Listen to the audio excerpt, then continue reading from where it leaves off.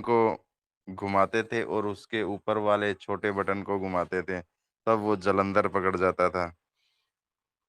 तो इसी तरह से मोबाइल तो हमें पता ही नहीं था कि मोबाइल भी कोई चीज़ होती है उस टाइम में।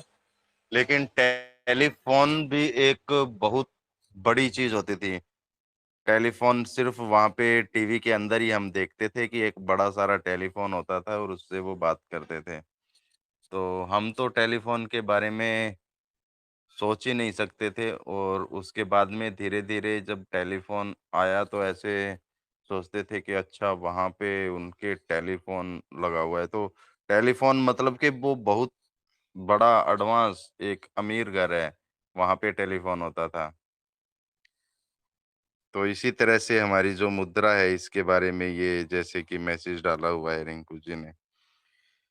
तो दोस्तों इतिहास हमें हमेशा सिखा रहा है कि समय के साथ सब कुछ बदलता है। चाहे वह समाज हो, तकनीक हो या फिर मुद्रा व्यवसाय। आज हमें भारतीय मुद्रा के विकास को देखें तो यह साफ समझ आता है कि परिवर्तन ही स्थायी नियम है। मतलब कि परिवर्तन तो हमेशा होता ही रहता है। भागवत गीता में भी यही संदेश दिया गया है कि परिवर्तन हमेशा होता रहता है। तो परिवर्तन जैसे-जैसे होता है हमें उसी के साथ एडजस्ट होना पड़ता है, उसी के साथ चलना पड़ता है। अ, प्राचीन भारतीय में मुद्रा व्यवस्था भारत में सबसे पहले लेन-देन के लिए कौड़ी का इस्तेमाल होता था। मतलब इससे पहले भी कुछ होता होगा लेकिन जब से ये चीज़ें लेख में आई हैं, तो तब से ये कौड़ी की कौड़ी से ये शुरुआत की गई है। विमल सर, चमड़े के उससे सिक्के भी चलते थे सर। हाँ, हाँ, बिल्कुल, बिल्कुल सर, मैं वही कह रहा हूँ कि ये तो जहाँ से एक हिस्ट्री लिखी जानी स्टार्ट हुई तब से ये है कि कौड़ी होती थी, फूटी कौड़ी होती थी। लेकिन उससे पहले भी तो होता ही था ना लेन-देन तो। सर, तो उससे मोहनजोदड़ो पह के उस जमाने में चमड़े के सिक्के चलते थे सर। मोहनजोदड़ो का जब जमाना था, उस वक्त चमड़े के सिक्के थे सर। हुँ, हुँ, हुँ। तो वही चीज़ें हैं। तो प्राचीन भारत में मुद्रा व्यवस्था भारत में सबसे पहले लेन-देन के लिए कौड़ी का इस्तेमाल होता था। एक समय पर कौड़ी इतनी कीमती थी, बहुत कीमती थी, बता रहे हैं इसमें।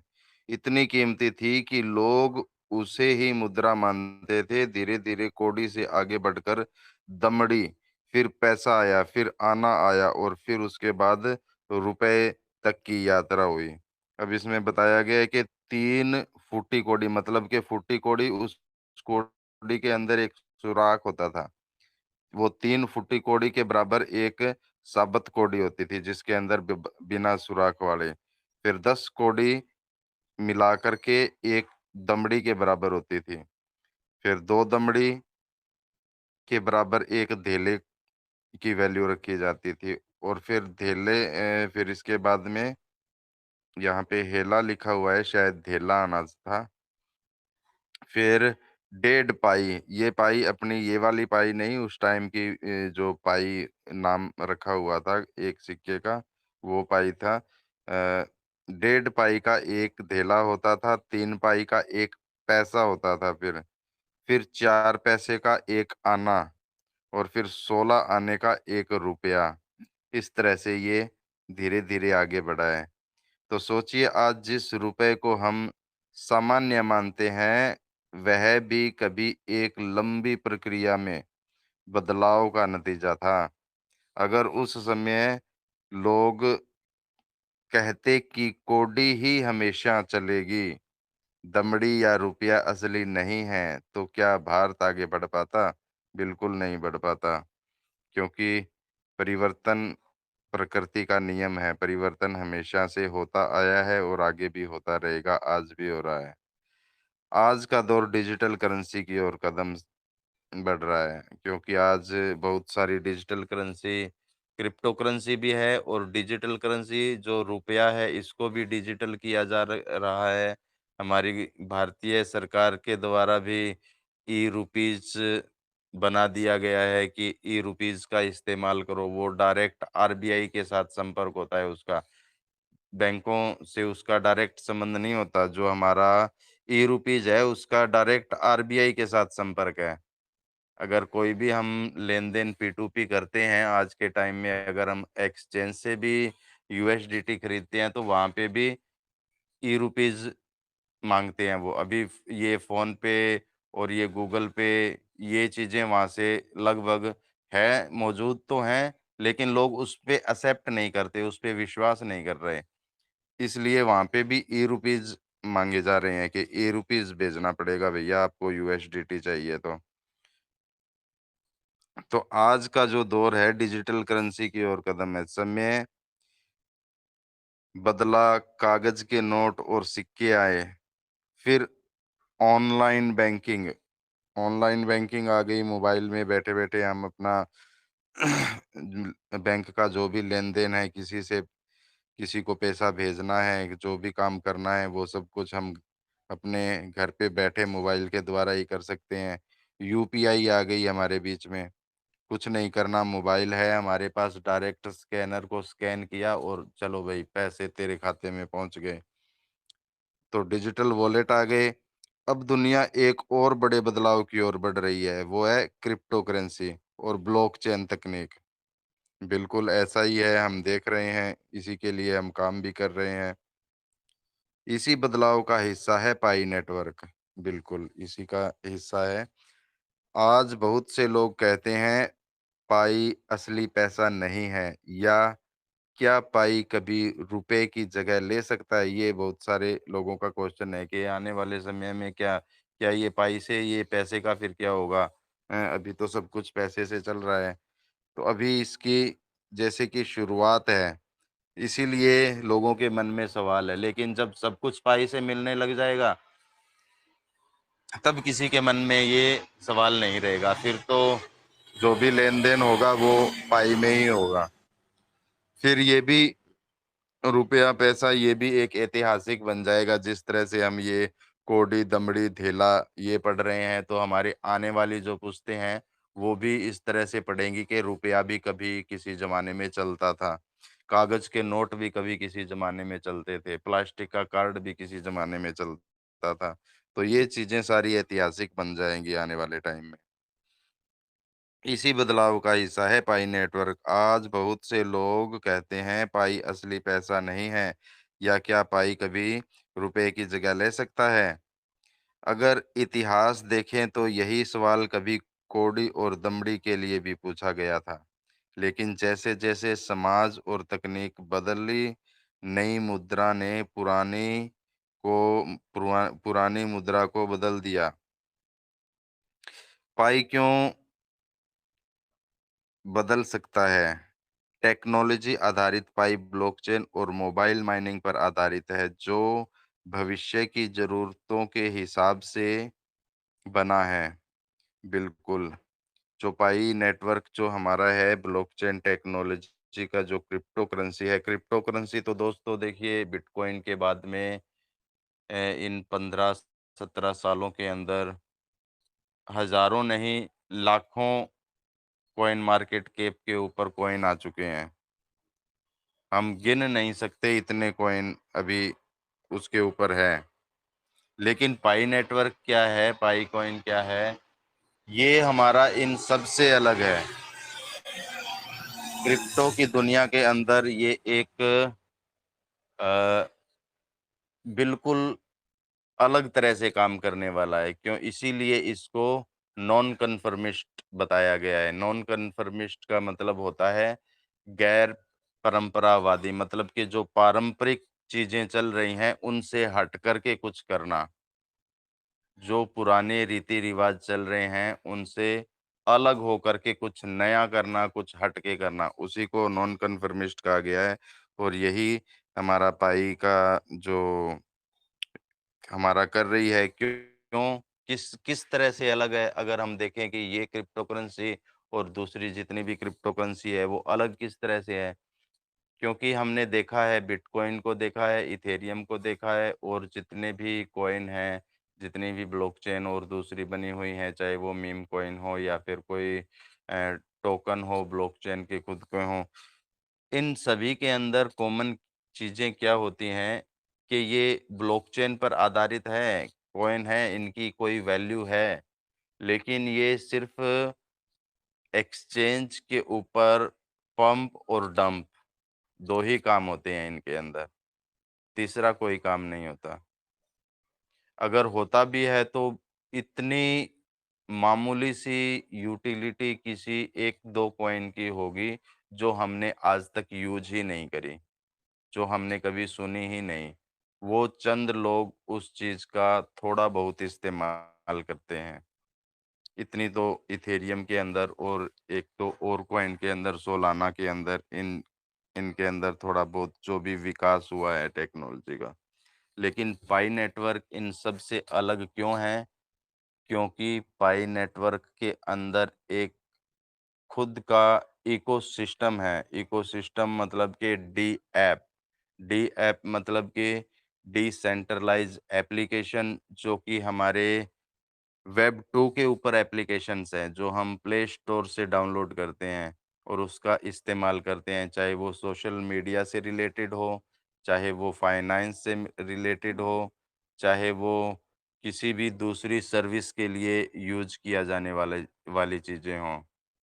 तो ये सारी हम वेब 2 के ऊपर यूज़ कर रहे हैं आज के टाइम में। लेकिन डॉक्टर निकोलस जो हैं, वो स्पेशलिस्ट हैं ब्लॉकचेन डी ऐप के। अगर हम डॉक्टर निकोलस को अपने जो वेबसाइट के ऊपर इन जो जो उनका बायो दिया गया है, इंट्रोडक्शन दिया गया है, उसके ऊपर अगर हम पढ़ेंगे तो वहाँ पर हमें CS 3467 इस तरह से कुछ कोड है, उस क्लास का ज़िक्र किया गया है और उस क्लास को अगर हम सर्च करेंगे तो डॉक्टर निकोलस ने स्टैनफोर्ड यूनिवर्सिटी के अंदर एक नई क्लास का आविष्कार किया। क्लास मतलब कि एक नई जैसे कि सॉफ्टवेयर कोई भी बनाते हैं तो उसके अंदर क्लास बनाई जाती है। मतलब कि एक जो पैराग्राफ लिखा जाता है, एक उसके अंदर अलग-अलग बहुत सारे क्लास बनाए जाते हैं। उस क्लास सारी को कंबाइन करके फिर एक जो सॉफ्टवेयर होता है वो रन करता है। तो इस तरह से उन्होंने एक क्लास का निर्माण किया, तैयार करी और एक खास तरह का मदरबोर्ड भी उन्होंने तैयार किया स्टैनफोर्ड यूनिवर्सिटी की लैब के अंदर, जिस वक़्त वो पीएचडी कर रहे थे। तो बहुत बड़े साइंटिस्ट है, वैज्ञानिक हैं हमारे डॉक्टर निकोलस। तो उन्होंने इस चीज़ का आविष्कार किया है, उन्हीं की देन है ये जो ब्लॉकचेन के ऊपर जो डी ऐप्स जो बन रहे हैं हमारे सामने, जो अभी इकोसिस्टम के अंदर आ रहे हैं, ये सारी चीज़ों की देन जनक जो हैं इनके, ये डॉक्टर निकोलस ही हैं। तो इस तरह से ये नॉन कन्फर्मिस्ट इसको बोला जाता है, मतलब कि ये एक अ, जो पारंपरिक क्रिप्टोकरेंसी है उससे हट कर के है, गैर अनुरूपवादी है ये। मतलब कि पहले जैसी जो चल रहा है वैसा नहीं है इसके अंदर। वैसा है लेकिन उससे हट कर है, उससे अलग कुछ ये कर रहा है, उसके साथ तो चल रहा है ब्लॉकचेन तो मेन है ही है, लेकिन ब्लॉकचेन के अंदर एक ऐसी चीज़ें हैं जो दूसरी ब्लॉकचेन से इसको बहुत अलग करती है। तो टेक्नोलॉजी आधारित पाई ब्लॉकचेन और मोबाइल माइनिंग पर आधारित है, जो भविष्य की ज़रूरतों के हिसाब से बना है। हाँ, तो ये भविष्य के अंदर जो भी चीज़ें हमें चाहिए, हमारे ऑनलाइन जो भी चीज़ें हम यूज़ कर रहे हैं, वो सब इसके अंदर हमें मिलेंगी और वो भी मोबाइल माइनिंग पर आधारित, मतलब कि हम इसको मोबाइल के ज़रिए फ्री के अंदर हम इसको माइन कर सकते हैं। अभी हम बिटकॉइन को या इथेरियम को या किसी भी टोकन को हम माइन करते हैं, तो उसके लिए हमें बहुत ही अ, बड़ा, मतलब कि एक बहुत बड़े प्रोसेसर की एक हेवी मशीन चाहिए, जिससे वो जो ट्रांज़ैक्शन पास करने के लिए एक पज़ल को सॉल्व करना पड़ता है। एक मतलब कि एक पहेली की तरह इसके अंदर कोड होते हैं, बाइनरी कोड होते हैं।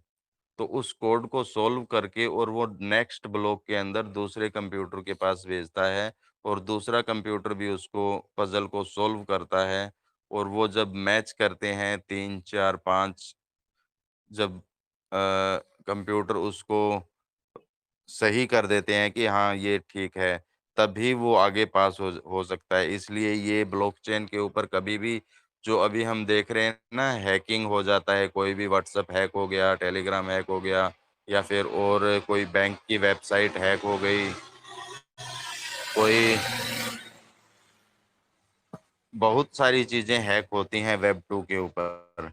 लेकिन जब ये वेब 3 के ऊपर ब्लॉकचेन टेक्नोलॉजी के ऊपर ये सारी चीज़ें आ जाएँगी, तो ये जो हैकिंग का सिस्टम है ये पूरी तरह से ख़त्म हो जाएगा। कोई भी किसी भी तरह से इस ब्लॉकचेन टेक्नोलॉजी के ऊपर जो भी चीज़ें रहेंगे, उनको कभी भी हैक नहीं कर पाएगा वो। तो ग्लोबल यूज़र करोड़ों लोग पहले से माइन कर रहे हैं और धीरे-धीरे इसको स्वीकार कर रहे हैं। तो जैसे आप सभी को पता है कि 2000 दिसंबर 2018 के अंदर पाई नेटवर्क का बीटा वर्ज़न शुरू हो चुका था और 14 मार्च 2019 को आधिकारिक रूप से इसको लॉन्च कर दिया गया था। तो तभी से जो कम्युनिटी है वो ग्रोथ कर रही है, लगातार इसकी कम्युनिटी बढ़ रही है।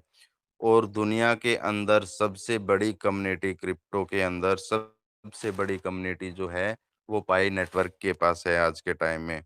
और आगे आने वाले टाइम में ये कितनी बड़ी होने वाली है, आने वाले टाइम के अंदर जिस तरह से आज हम जीमेल का उपयोग करते हैं, व्हाट्सएप का उपयोग करते हैं, इसी तरह से हर व्यक्ति जिसके पास मोबाइल फ़ोन है, वो हर व्यक्ति पाई की माइनिंग करेगा, पाई का यूज़ करेगा क्योंकि इसके बगैर वो टेक्नोलॉजी को यूज़ कर ही नहीं पाएगा। उसकी मजबूरी बन जाएगी, उसको करना ही पड़ेगा।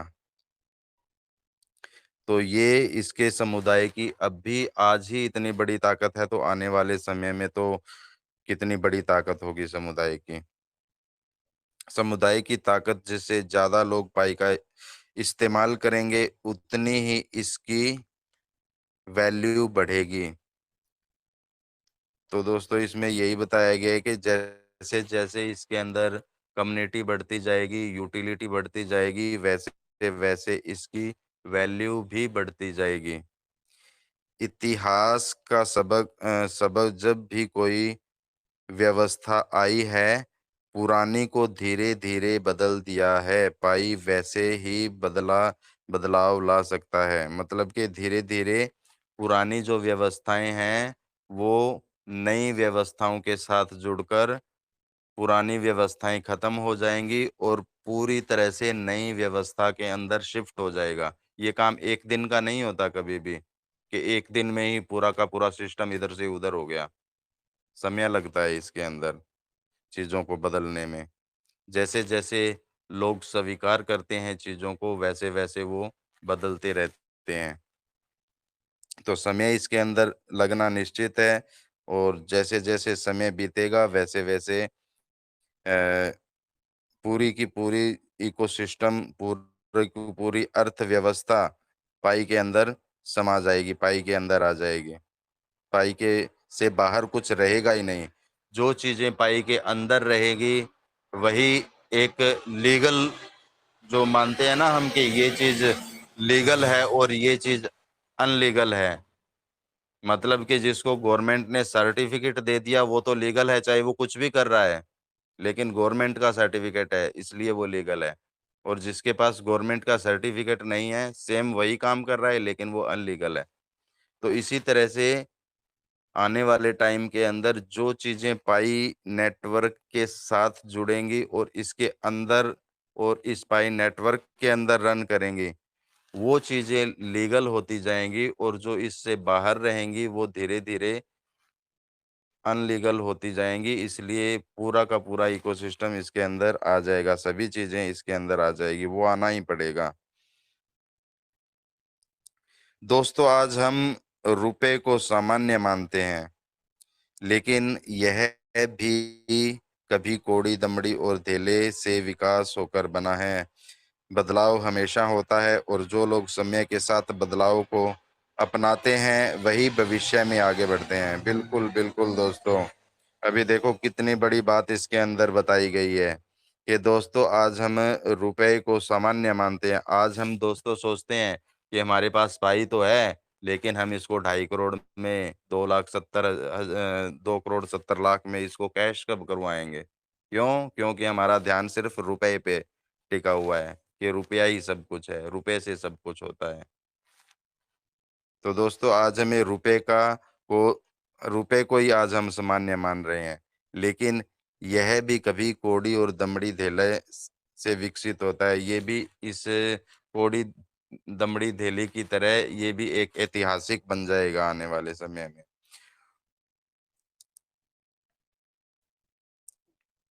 बदलाव हमेशा होता है और जो लोग समय के साथ बदलाव को अपनाते हैं वही भविष्य में आगे बढ़ते हैं।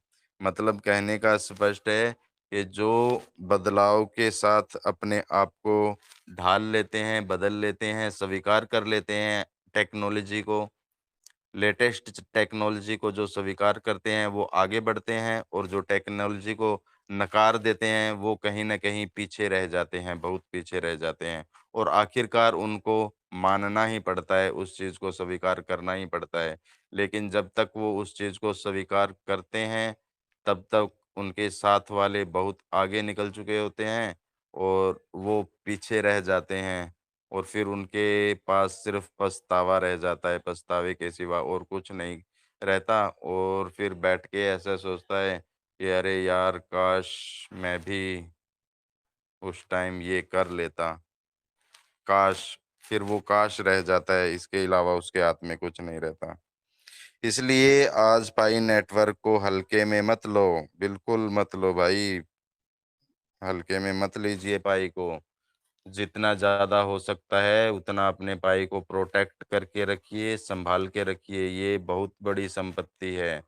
ये आपको फ्री में मिला है। एक टैप करके एक 24 घंटे में हमें एक बार इसको टैप करना होता है।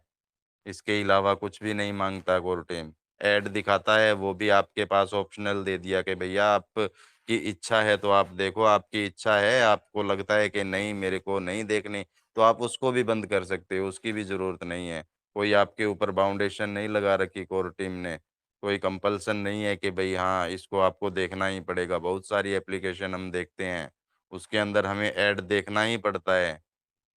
लेकिन पाई नेटवर्क में ऐसा नहीं है। उन्होंने प्रोफ़ाइल के अंदर बटन दे दिया कि भैया आपको अगर अच्छा नहीं लगता तो आप 2 हफ़्ते के लिए बंद कर दीजिए, हमें कोई ऐतराज़ नहीं है। आपके आपके पास 2 हफ़्ते तक कोई ऐड नहीं आएगी। 2 हफ़्ते बाद फिर से चालू कर देती है कोर्टेम, ऑटोमेटिक सिस्टम लगा हुआ है। फिर हमको देखना है तो देखेंगे, नहीं देखना तो हम फिर से उसको बंद कर सकते हैं, कोई टेंशन नहीं है। तो इसको हमें हल्के में बिल्कुल नहीं लेना है। ये जितना भी कोर टीम आज कर रही है, आज कोर टीम क्या संदेश दे रही है हमें। हम आज भी अगर हम अपनी माइनिंग जब करते हैं तो हमारे होम पेज के ऊपर आज भी हमें 200% बूस्टिंग का ऑप्शन दिखता है। क्यों दिखता है? वो क्यों दे रखा है कोर टीम ने? ये बहुत बड़ी बात है दोस्तों, लेकिन दुःख की बात ये है कि पूरी कम्युनिटी को रोका जा रहा है कहीं न कहीं दूसरे लीडर्स के द्वारा। गुमराह किया जा रहा है कि भैया ये तो मत करो, पाई को तो मत खरीदो, तुम्हारा वॉलेट इन्फेक्टेड हो जाएगा, तुम्हारा ये तो प्योरिटी तुम्हारी ख़त्म हो जाएगी। तो इस तरह की बातें कोर टीम ने कभी भी नहीं कही। हमारा सीधा-सा इस मंच का सीधा-सीधा मकसद है कि जो चीज़ें कोर टीम बताना चाह रही है, जो चीज़ें हमें गाइड कर रही है कोर टीम, मैं किसी भी कोर टीम की भी बात नहीं कर कर रहा यहाँ पे। मैं किसी कोडर का कोई कोसासी की भी बात नहीं कर रहा यहाँ पे। मैं सिर्फ़ कोर टीम की, पाई नेटवर्क के कोर टीम की बात करते हैं हम यहाँ पे। वो हमें क्या निर्देश दे रही है, आगे भविष्य में क्या होगा, ड्यूल वैल्यू होगी, ट्रिपल वैल्यू होगी, जीसीवी प्राइस होगा, क्या नहीं होगा, वो आगे देखा जाएगा भाई। जो आज जो हमें चीज़ें मिल रही हैं, आज हम अपने आप को प्रेज़ेंट के अंदर हमें जीना सीखना पड़ेगा। क्योंकि मनुष्य की दोस्तों क्या आदत है कि मनुष्य कभी भी प्रेज़ेंट के अंदर नहीं जीता। उसके पास सब कुछ होता है, पैसा भी होता है, परिवार भी होता है, सारी चीज़ें उसके पास अवेलेबल होती हैं, जो चीज़ें उसको चाहिए, लेकिन फिर भी वो बहुत दुखी है, आज के टाइम में अगर हम देखेंगे। और उस दुःख का कारण क्या है? उस दुःख का कारण ये है कि वो प्रेज़ेंट में नहीं जी रहा, वो फ्यूचर के अंदर जीता है। फ्यूचर की कामनाएँ उसके सामने खड़ी हुई हैं कि मैं ऐसा करूँगा तो ऐसा हो जाऊँगा, ऐसा करूँगा तो ऐसा हो जाएगा। मैं इस चीज़ को प्राप्त कर लूँगा, मैं उस चीज़ को प्राप्त कर लूँगा, मैं ऐसा बन जाऊँगा, मैं वैसा बन जाऊँगा।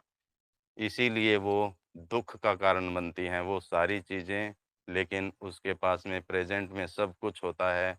अगर वो प्रेज़ेंट को समझ ले और प्रेज़ेंट में जीने लग जाए, तो उस व्यक्ति के जो खुशी है, जो सुख है, वो प्रेज़ेंट के अंदर है। क्योंकि फ्यूचर जो होता है वो कभी भी नहीं आता, वो हमेशा फ्यूचर में ही रहता है।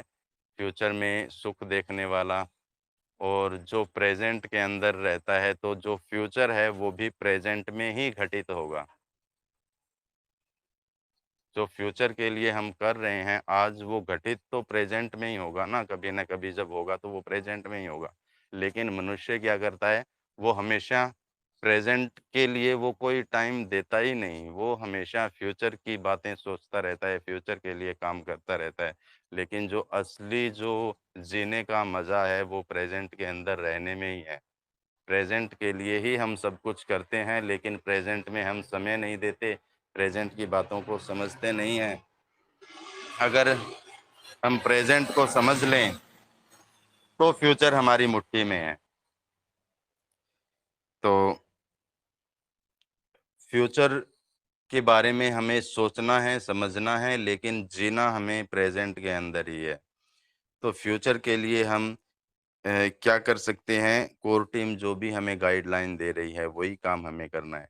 कोर टीम ने हमें डायरेक्ट बोल दिया कि भैया आपको लंबे समय के लिए अगर पाई के इकोसिस्टम के साथ जुड़े रहना है, तो आप 200% बूस्टिंग का बेनिफिट ले सकते हो।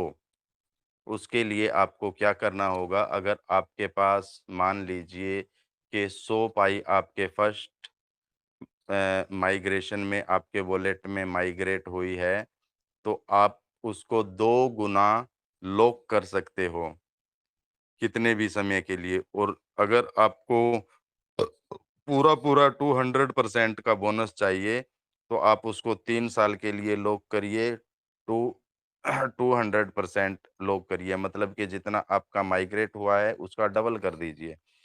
मेरे पास मान लीजिए कि 100 कॉइन मेरे वॉलेट में आए हैं। अभी मेरे को 200% का बेनिफिट लेना है, क्योंकि मेरे को तो पता है कि ये क्विक रिच स्कीम नहीं है, मतलब कि एकदम से अमीर कर देने वाला सिस्टम नहीं है ये। कोर टीम ने स्पष्ट रूप से कह दिया कि अगर ऐसा आप सोचते हो कि एकदम से ये आपको अमीर बना देगा, तो ये सिस्टम तुम्हारे लिए नहीं है। डायरेक्ट बोल रखा है कि अगर आपको ऐसा आप सोचते हो कि ये क्विक रिच स्कीम है, तो ये सिस्टम आपके लिए बिल्कुल भी नहीं है। फिर कोई एलएमएल कंपनी या कोई और जुएबाजी, सट्टेबाजी, उसके अंदर चले जाओ आप, वहाँ पे मिल जाएँगे आपको। एकदम से आप ₹10 लगाओगे, हो सकता है आपके हज़ारों, लाखों रुपए वहाँ पे एकदम से लॉटरी लग जाए, बन जाए, लेकिन यहाँ पे ऐसा कुछ भी नहीं है। कोर टीम डायरेक्ट बता रही है, बिल्कुल साफ-साफ शब्दों में बता रही है, हमें व्हाइट पेपर के अंदर बता रही है। उस चीज़ों को हमें समझना होगा, ना कि हमें बाहरी शोर-शराबे की ओर। डॉक्टर चैंग डियाओ फ़ैन ने साफ-साफ कहा था, जब 20 फरवरी की अनाउंसमेंट जब हुई थी, तो उन्होंने बोला था कि बाहर के शोर-शराबे से दूर रहो, मतलब बाहर के शोर-शराबा मतलब जो कि कोर टीम की तरफ से दिया जा रहा है, उससे अलग जो भी बातें आप सुन रहे हो, उनसे दूर रहो, उनको मत सुनो, जो कोर टीम कह रही है उसके ऊपर ध्यान दो। तो क्विक रिच स्कीम बिल्कुल नहीं है, एकदम से अमीर बनाने वाला प्रोजेक्ट आपको नहीं है। ये एक अ स्टेबल इकोसिस्टम की यहाँ पे बात हो रही है, स्टेबल ग्रोथ की बात हो रही है यहाँ पे। पूरी अर्थव्यवस्था यहाँ पर पाई नेटवर्क के साथ जुड़ कर के बूस्ट करने वाली है, मतलब कि ग्रोथ करने वाली है। जब हम कोई भी फसल को या किसी भी पेड़ को जब लगाते हैं तो एक नेचुरल वे के अंदर वो बढ़ता है, उसको जितना टाइम लगता है। लेकिन हम अगर उसके अंदर खाद देते हैं, पानी देते हैं, सारी चीज़ें उसके अंदर प्रॉपर वे से उसको देते हैं, बूस्टर उसके अंदर डालते हैं, तो वो क्या करता है कि वो एक बेहतर तरीके से वो बूस्ट करती है। बेहतर तरीके से, ना कि ऐसे कि हमने कुछ उसके अंदर डाल दिया और वो अभी तो हम फसल का बीज धरती के अंदर अभी हमने बोया है और 1 महीने बाद या 2 महीने बाद या 1 रात, 2 रात के बाद वो डायरेक्ट वहाँ पे फलित हो जाएगा, हम हमें फल दे देगा। ऐसा आज तक तो कभी नहीं हुआ और ऐसा होने वाला भी नहीं है। ये हमेशा ऑर्गेनिकली ग्रो करती हैं चीज़ें। अर्थव्यवस्था जो है वो ऑर्गेनिकली ग्रोथ करती है, बूस्ट करती है और बूस्ट करने की ही अर्थव्यवस्था को बूस्ट करने के लिए ही ये पाई नेटवर्क है। ना कि एकदम से कहीं 7वें आसमान में किसी अर्थव्यवस्था को पहुँचा दे। इस तरह का होना पॉसिबल नहीं है और ना ही कोई इस तरह की बातें कोर टीम ने कभी कही हैं और ना ही कहीं व्हाइट पेपर के अंदर इस तरह की बातें सामने आई हैं। व्हाइट पेपर में या किसी ब्लॉग के अंदर या हमारी एप्लीकेशन में जितनी भी बातें हमारे सामने आ रही हैं, वो ऑर्गेनिकली ग्रो करने की ही बात आ रही है। तो यही हमारे पास जो मौका है, हमारे पास आज जो मौका है, ये आने वाले टाइम के अंदर हमें नहीं मिलेगा।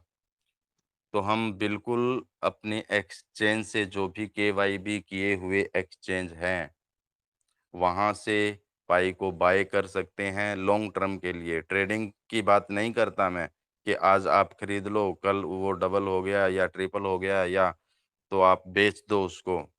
या फिर 1 महीने बाद, 2 महीने बाद वो ₹30 से ₹15 या ₹10 हो गया तो विमल को गालियाँ निकालने लग जाओ कि भाई उसने खरीदवा दिया, आज ₹30 का खरीदा था और आज ये ₹15 का होया पड़ा है, अब क्या करें? ऐसा नहीं है, ये लॉन्ग टर्म प्रोजेक्ट है। हमेशा लॉन्ग टर्म के अंदर जो भी चीज़ें हम लेकर के चलते हैं, उसमें हम डेफ़िनेटली सक्सेस को प्राप्त करते हैं क्योंकि बिटकॉइन भी किसी टाइम के अंदर फ्री में डिस्ट्रीब्यूट हुआ था। इथेरियम भी फ्री में डिस्ट्रीब्यूट हुआ था और उसकी ₹1, ₹2, ₹5 भी कीमत थी। लेकिन उस टाइम अगर कोई कह देता कि बिटकॉइन $1,00,000 जाएगा, मतलब कि 1 करोड़ का 1 बिटकॉइन होएगा, जब इसकी वैल्यू ₹1 से भी कम थी। उस टाइम अगर कोई बोलता कि ये 1 करोड़ का हो जाएगा, इसकी वैल्यू 1 करोड़ रुपए है, तो कोई मानता क्या? कोई नहीं मानता। हँसते मूर्खों की तरह, मूर्ख के ये मूर्ख है, पागल है यार कि इसको क्या पता। लेकिन जिस बंदे को टेक्नोलॉजी का पता था उस टाइम में, जिस बंदे को उस टाइम में ब्लॉकचेन टेक्नोलॉजी, डिजिटल पेमेंट का मतलब कि एडवांस जो लोग थे, जो एजुकेट लोग थे, उनको पता था इन सभी चीज़ों का और उनके पास आज भी होल्डिंग वैसे ही पड़ी है। हालाँकि उन्होंने अपनी होल्डिंग को बढ़ाया है, लगातार बढ़ाया है, कम नहीं किया। तो वही स्थितियाँ आज हमारे पास साथ हैं। आज हम जीसीवी वैल्यू की बात करते हैं और जब हम एक्सचेंज के ऊपर प्राइस को देखते हैं या फिर किसी व्यक्ति को बताते हैं कि इस पाई का इतनी वैल्यू होने वाली है, फ्यूचर के अंदर जीसीवी प्राइस आएगा। तो वो हम लोगों को मूर्ख समझते हैं कि अरे यार पागल दिमाग खराब है क्या तेरा? ऐसा भी कभी होता है क्या? अरे होता क्यों नहीं भई, ऐसा हुआ है, इतिहास बता रहा है हमें। जो सिर्फ़ एक बाय और सेल करने का माध्यम था सिर्फ़ बिटकॉइन। बिटकॉइन एक एक्सपेरिमेंट था, पाई नेटवर्क भी एक एक्सपेरिमेंट ही है। वो एक्सपेरिमेंट फेल हुआ। क्यों? क्योंकि वो भी डिजिटल पेमेंट बनाने के माध्यम के लिए ही बनाया गया था। उसका मकसद भी यही था कि दुनिया बिटकॉइन से दैनिक जीवन के अंदर लेन-देन कर सके, इसी के लिए बनाया गया था वो। लेकिन वो प्रॉपर वे में डिस्ट्रीब्यूट नहीं हो पाया, प्रॉपर वे में उसके ऊपर काम नहीं हो पाया, इसलिए वो एक एक्सचेंज का खिलौना बनकर रह गया कि इसको बाय करो, पंप हो गया तो वहाँ से सेल करो, डंप हो गया तो उसको बाय करो। यहाँ तक सीमित होकर के रह गया। दूसरा, उसके अंदर केवाईसी नहीं थी कहीं पे भी, इथेरियम में भी नहीं और दूसरे टोकन भी उसके बाद में आए, उनमें भी नहीं, जितने भी मीम कॉइन्स हैं, उनमें भी नहीं। इसीलिए जो गवर्नमेंट है, जितने भी देशों की गवर्नमेंट है, वो तभी इसको रेगुलेट नहीं कर पा रही। क्यों? कि रेगुलेट करने के लिए एक फ्रेमवर्क चाहिए गवर्नमेंट को। उसको एक डेटा चाहिए, वो डेटा उनके पास नहीं है। बिटकॉइन डिसेंट्रलाइज़ है बिल्कुल। तो वो कहाँ पे किसके पास है, वो सिर्फ़ हम ब्लॉकचेन पे ट्रांज़ैक्शन तो ज़रूर ट्रैक कर सकते हैं कि इस वॉलेट से इस वॉलेट के अंदर इतने इथेरियम गए हैं, इतने बिटकॉइन गए हैं, यहाँ से इसके अंदर गए, आगे से आगे कहीं तक मर्ज़ी उसके ऊपर पूरा रिकॉर्ड रहता है हमेशा के लिए। जो ट्रांज़ैक्शन एक बार हो गई, वो जब तक वो ब्लॉकचेन मौजूद है हमारे पास, तब तक हम उसको देख पाएँगे। और ब्लॉकचेन कभी भी खत्म नहीं होती क्योंकि जो एक कंप्यूटर आपके पास है वो खत्म हो सकता है। आपके पास आपके घर में 10 कंप्यूटर का एक पर्सनल नेटवर्क है वो खत्म हो सकता है। लेकिन ब्लॉकचेन कभी भी खत्म नहीं हो सकती क्योंकि ब्लॉकचेन के अंदर पूरी दुनिया के कंप्यूटर एक दूसरे के साथ जुड़े रहते हैं। चाहे दुनिया अगर पूरी दुनिया ही खत्म हो जाए फिर तो कहना ही क्या है। लेकिन दुनिया का थोड़ा-सा भी हिस्सा अगर बच गया और बाकी दुनिया खत्म हो गई, तो भी वो सारी चीज़ें रहेंगी स्टोर ब्लॉकचेन के ऊपर क्योंकि ब्लॉकचेन पूरी तरह से खत्म हो जाना मतलब कि पूरी दुनिया पूरी तरह से खत्म हो जाना, तभी पूरी तरह से ब्लॉकचेन खत्म हो सकती है, नहीं तो नहीं हो सकती। तो ब्लॉकचेन टेक्नोलॉजी एक ऐसी टेक्नोलॉजी है, तो इसी में समय के साथ हमें बदलना ज़रूरी है, नहीं तो रुपए, डॉलर, येन, पौंड की तरह पाई बदल सकें। ठीक है दोस्तों, तो हमारा जो पाई है इसकी वैल्यू, इसकी अहमियत क्या है आने वाले समय में ये आप सबको अच्छी तरह से पता है। जो नए साथी हमारे बीच में हैं, उनको शायद थोड़ा बहुत समझ में आया होगा।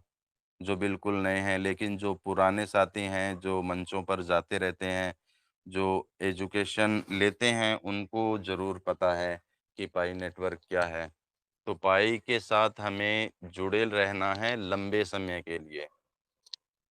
एकदम से ये उपेक्षा नहीं रखनी कि बस हम सुबह उठेंगे और इतनी तारीख यहाँ पे कोसासी की कोड में लिखी हुई है, इतनी डेट को ये 23 वर्ज़न प्रोटोकॉल लॉन्च हो जाएगा, तो हमारा जीसीबी आ जाएगा। ऐसा नहीं होता है। अगर पूरे वर्ल्ड की इकोनॉमिक को रीसेट कर दिया जाए तो हो सकता है। अगर पूरे वर्ल्ड की इकोनॉमिक को रीसेट कर दिया जाए तो हो सकता है पॉसिबल, नहीं तो नहीं हो सकता। और पूरी दुनिया की इकोनॉमी को रीसेट करने के लिए बहुत बड़ी जनसंख्या है दोस्तों, बहुत दुनिया के अंदर जो जनसंख्या है वो बहुत बड़ी है और उसके बीच में जो हमारी पाई नेटवर्क की कम्युनिटी है, ये बहुत ही छोटी है, तो इकोनॉमिक का रीसेट होना भी पॉसिबल नहीं है।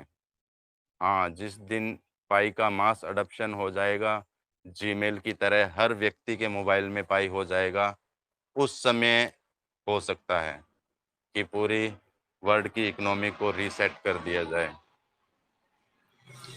तो दोस्तों मेरा कहने का मतलब और आपको समझाने का मतलब यही है कि जो पाई हमारा कॉइन है, हमको मिला है, हम बिल्कुल इसके इनिशियल फेज के अंदर हैं, बिल्कुल अभी। अभी हम लोग क्या समझते हैं? हम समझते हैं कि भैया मेरे को तो 6 साल हो गए माइनिंग करते हुए, मेरे को 5 साल हो गए, इतना तो वेट कर लिया हमने और कितना वेट करें? ये सवाल हमारे पायनियर्स के मन के अंदर होता है कि हमें इतने साल तो हो गए और कितना साल वेट करें। तो मेरा कहने का उनको सीधा-सीधा सा यही है कि इतने साल तो हम लोगों ने उसको माइंड किया है, ठीक है। लेकिन दुनिया के सामने, दुनिया के इंटरेक्शन के अंदर अभी ये कब से आया है? दुनिया के लिए तो गेट इसको अभी 20 फरवरी को ही ओपन हुए हैं ना। तो इसको 6 साल या 5 साल के लिए या 2018 से या 19 से नए मान करके आप इसको 20 फरवरी से काउंट करना स्टार्ट कर दीजिए कि जो पाई नेटवर्क है वो 20 फरवरी से आया है, क्योंकि मार्केट के अंदर, एक्सचेंज के अंदर, दुनिया के लिए, इन्वेस्टर के लिए ये अभी आया है और अभी भी इसके रास्ते खोले जा रहे हैं। अभी पूरी तरह से ये खुल नहीं गया है। इन्वेस्टर के लिए भी और दूसरे जो जितने भी इंस्टीट्यूशन हैं उनके लिए भी, बैंकों के लिए भी, सबके लिए अभी इसके पूरे गेट नहीं खुले। अभी तो एक छोटा-सा गेट खुला है जो कि एक्सचेंज का है। अभी हम हमारे वॉलेट के अंदर देख रहे हैं कि कितने दिनों से हमारे पास ऑन रैंपर का ऑप्शन आया हुआ है, लेकिन वो अभी एक्टिव नहीं हुआ। एक्सचेंज का भी ऑप्शन हमारे वॉलेट के अंदर दिया हुआ है डायरेक्ट। अभी बहुत सारे लोग कहते हैं ना कि एक्सचेंज से खरीदना नहीं है, तो वहाँ पे एक्सचेंज का ऑप्शन मिलेगा आपको अगर आप देखोगे वॉलेट में तो। और वहाँ पे लिखा हुआ है कि यहाँ से एक्सचेंज से आप बाय कर सकते हो और अपने वॉलेट के अंदर लेके आ सकते हो। लेकिन वो अभी अ, ब्लर दिख रहा है हमें, मतलब कि वो अभी एक्टिव नहीं हुआ। लेकिन वो दिख रहा है तो वो एक्टिव तो होगा, डेफ़िनेटली होगा। आज नहीं तो कल होगा, कल नहीं तो परसों होगा। तो बाय करना अगर हमारी क्षमता है तो हम ज़रूर बाय करें, जितना ज़्यादा हो सके उतना करें और जितने लंबे समय के लिए हम लॉक कर सकें, उतने लंबे समय के लिए लॉक करें। क्योंकि मेरे को पता है दोस्तों, जब इसका लॉकिंग का सिस्टम जब आया था हमारे बीच में, ये जो हमारे मैनेट चेकलिस्ट के अंदर, उस टाइम जब फर्स्ट माइग्रेशन हुआ था 2022 के अंदर करीब जून के अंदर मेरा माइग्रेट हुआ था 2022 में और मेरी टीम के भी बहुत सारे लोगों का माइग्रेशन उस टाइम हुआ था। तो मैंने अपने खुद का जो माइग्रेशन हुआ था, मैंने 100% 3 साल के लिए लॉक कर दिया। तो जो मेरे दोस्त थे, मेरे टीम वाले जो थे, मेरे रेफर टीम के, तो मैंने उनको भी बोला, राय दी थी मैंने उनको कि भैया 3 साल के लिए 100% कर दूँ क्या? तो जिसके समझ में आया कि हाँ, ठीक है, लंबे समय के लिए अगर रहेगा तो बढ़िया है, बाकी अभी तो एक्सचेंज पे भी नहीं आया, तो कर दो। अभी कई जो थोड़े से ऐसा मन में था कि नहीं, कि हमें लॉक नहीं करना भैया, कि अभी तो हमारा पड़ा है, अभी पता नहीं, अभी अगले महीने ये एक्सचेंज पे आ जाए तो साथ के साथ बेच देंगे। तो उन्होंने अपना जो है लॉक नहीं करवाया, किसी का फिर वो थोड़ा बहुत जितना भी करना पड़ता है वो तो करना पड़ता ही है। तो मैंने उनमें से सबसे ज़्यादा बेनिफिट लिया। जिन्होंने नहीं करवाया उनको, उनका पड़ा है अवेलेबल में, लेकिन उनका अवेलेबल में पड़ा रहने से क्या हुआ? कुछ भी नहीं हुआ। ज़ीरो बेनिफिट मिला उनको। लेकिन मैंने 100% 3 साल के लिए लॉक किया तो मैंने पूरा का पूरा बेनिफिट उससे लिया।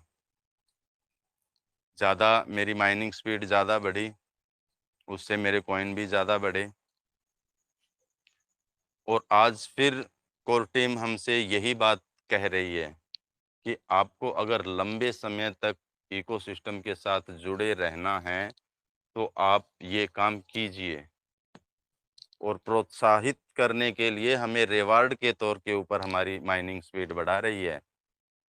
हमें प्रोत्साहित करने के लिए हमें माइनिंग स्पीड बढ़ा रही है हमारी, कि आप ऐसा करते हो तो हम आपको रिवार्ड भी देंगे। वैसे तो पायनियर्स को खुद से ये चीज़ें अगर समझ में हैं, तो वो तो अपने आप से उनको रिवार्ड ना मिलेगा तो भी वो लोग करेंगे। क्योंकि उनको पता है कि अभी जितना बाय करके रख सकते हो अपने वॉलेट में रख लो। जितने लंबे समय के लिए रख सकते हो उतने लंबे समय के लिए रख लो। लेकिन हमारी जो कम्युनिटी है उसको डॉक्टर निकोलस ने, चैंग डियाओ फैन ने मानसिक, क्योंकि एक मानव वैज्ञानिक भी है वो साथ के साथ, जो डॉक्टर चैंग डियाओ फैन है वो।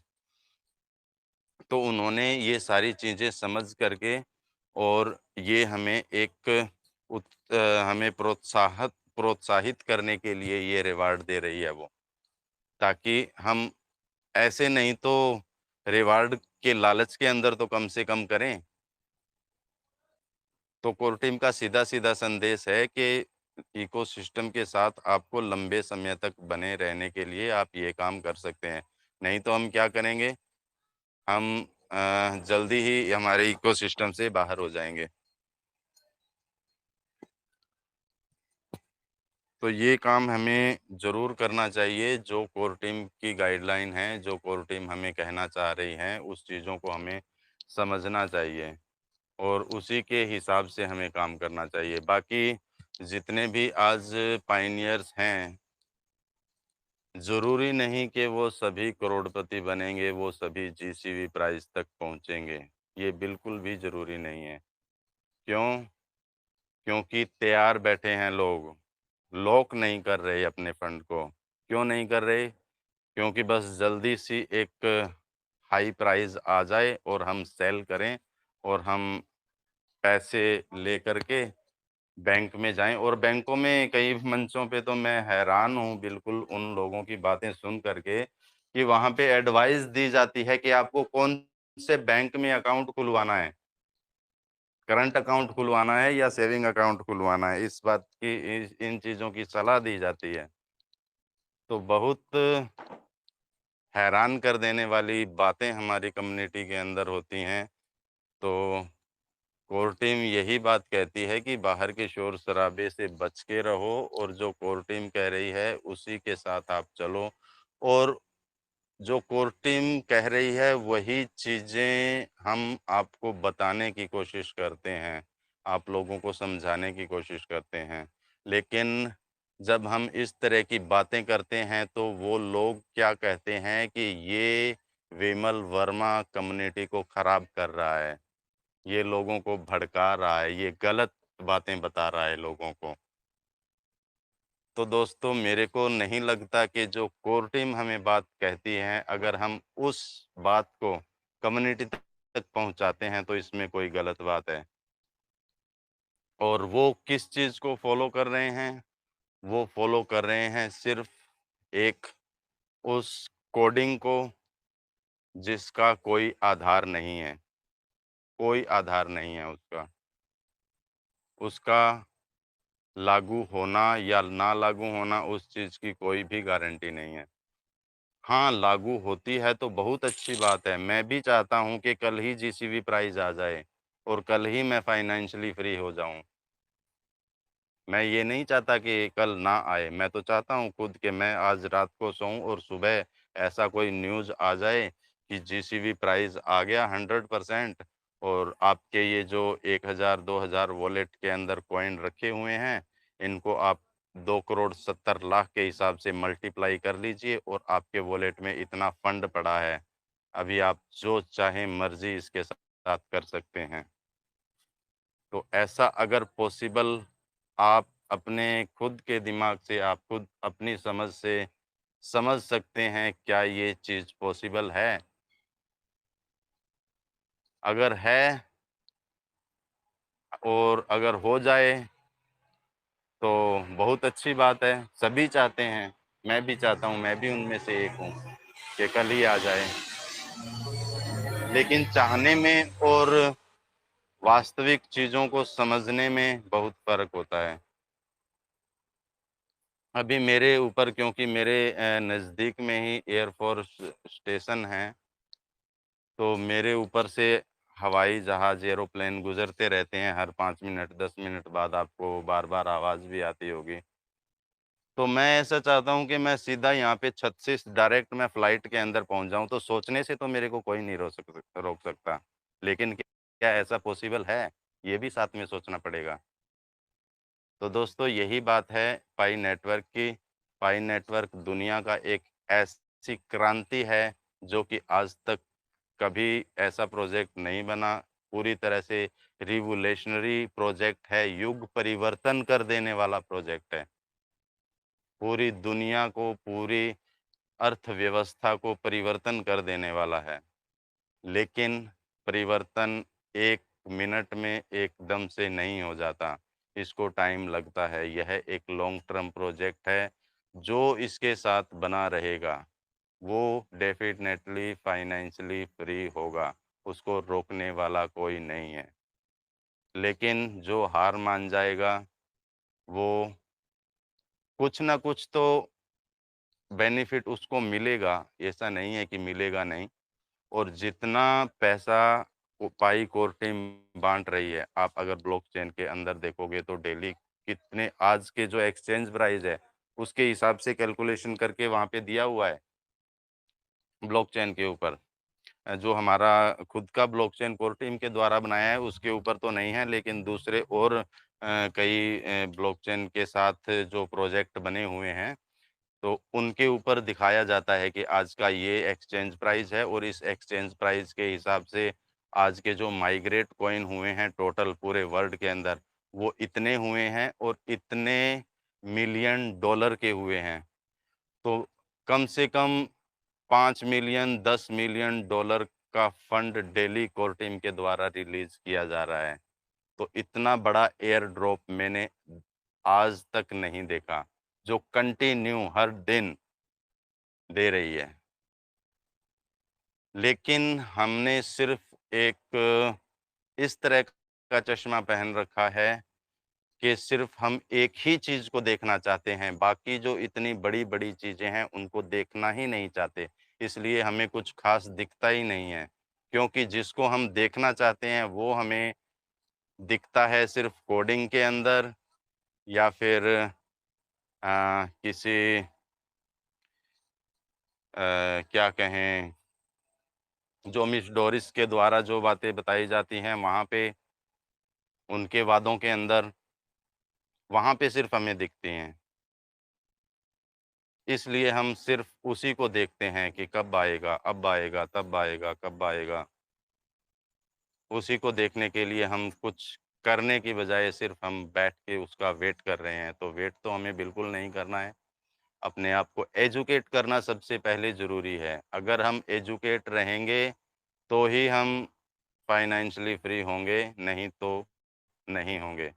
अगर हम देखेंगे कि हमारे पास तो 5 पाई हैं, 10 पाई हैं और हम फाइनेंशियली फ्री हो जाएँगे, तो आने वाले 6 महीनों में, 1 साल में जब इसका प्राइस थोड़ा बहुत पंप करेगा और आपका जो फंड है वो 2-4 लाख रुपए का होगा, उस टाइम आप उसको बेच के बाहर निकल जाओगे।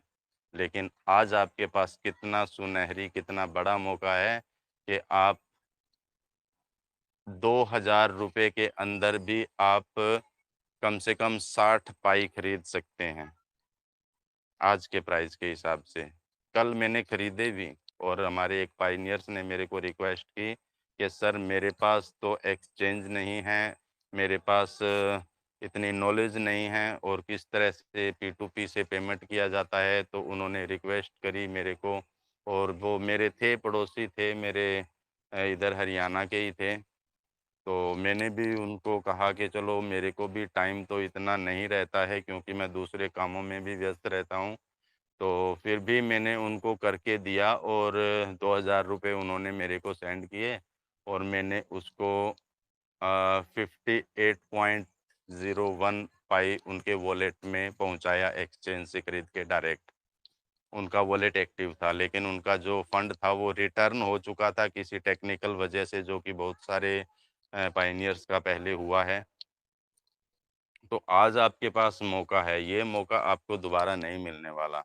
अगर $1, $2, $5 भी पहुँच गया ना, तो फिर हमारे बस से बाहर की बात हो जाएगी। क्योंकि आज हम 30 रुपए का नहीं खरीद सकते, तो कल हम 300 का क्या खरीदेंगे? फिर वही बात जो कल पनवर जी ने बताई थी कि भैया कि हम 30 का ही नहीं खरीद सके तो आज हम 300 का क्या खरीदेंगे? फिर वो 300 वाला वो 3000 का हो जाएगा, फिर हम सोचेंगे कि यार हम 300 का ही नहीं खरीद पाए, अब 3000 का क्या खरीदेंगे? फिर वो 3000 वाला 30,000 का हो जाता है, तब कहेंगे कि अरे यार हमने 3000 का ही नहीं खरीद पाए, तो अब 30,000 का तो क्या ही खरीदेंगे।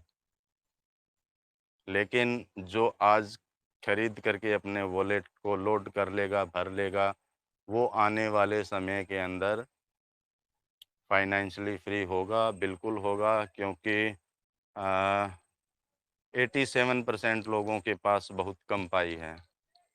अगर वो होल्ड करके नहीं रखेंगे, वो बचा करके नहीं रखेंगे लंबे समय के लिए, तो फिर दुनिया तो यूज़ करेगी, क्योंकि उनको करना ही पड़ेगा।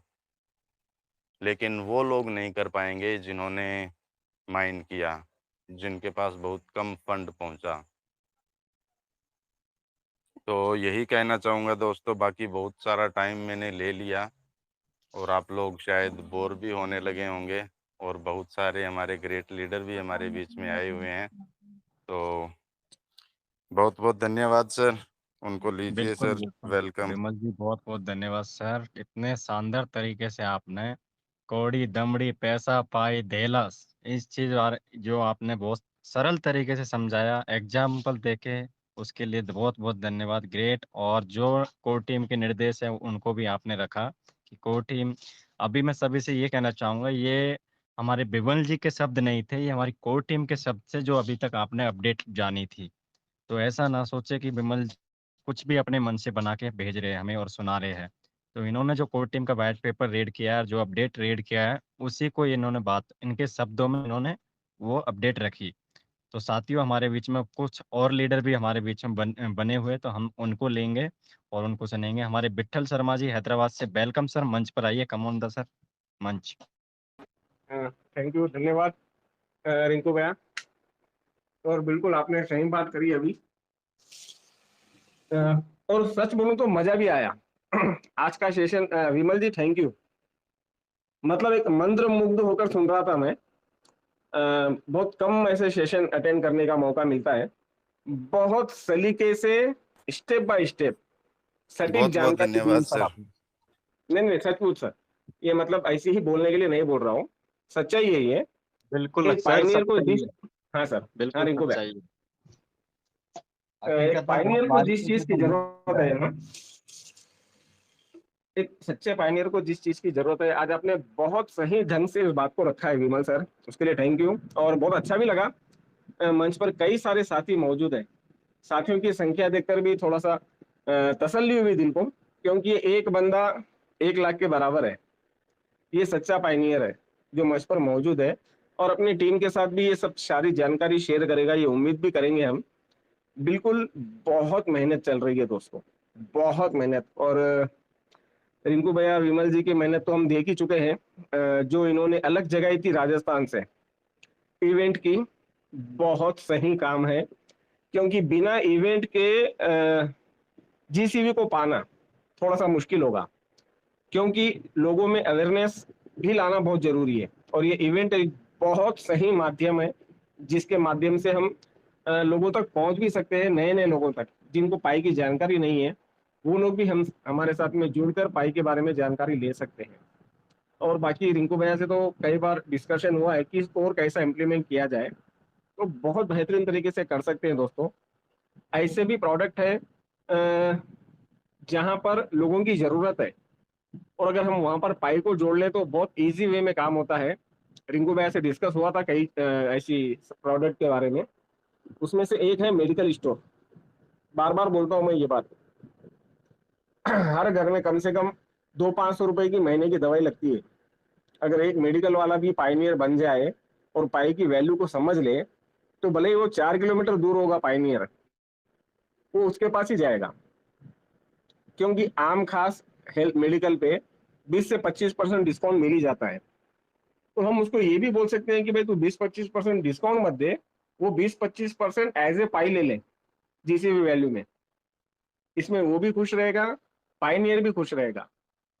और जब लोगों को पता चलेगा कि भाई पाई 25% एक्सेप्ट हो रहा है, तो एक बहुत बड़ी क्रांति आ सकती है। तो थैंक यू, धन्यवाद विमल जी, फिर एक बार आपको थैंक यू रिंकू भैया। जी, बहुत-बहुत धन्यवाद विठल शर्मा जी। और ज़रूर ऐसा ज़रूर सभी पायनियर को करना है। ये एक पायनियर का काम नहीं, सभी को करना है अपनी ज़िम्मेदारी समझ के। हमें अगर जीसीबी चाहिए तो हमें कार्य करना पड़ेगा, फील्ड में भी उतरना पड़ेगा। तो हमारे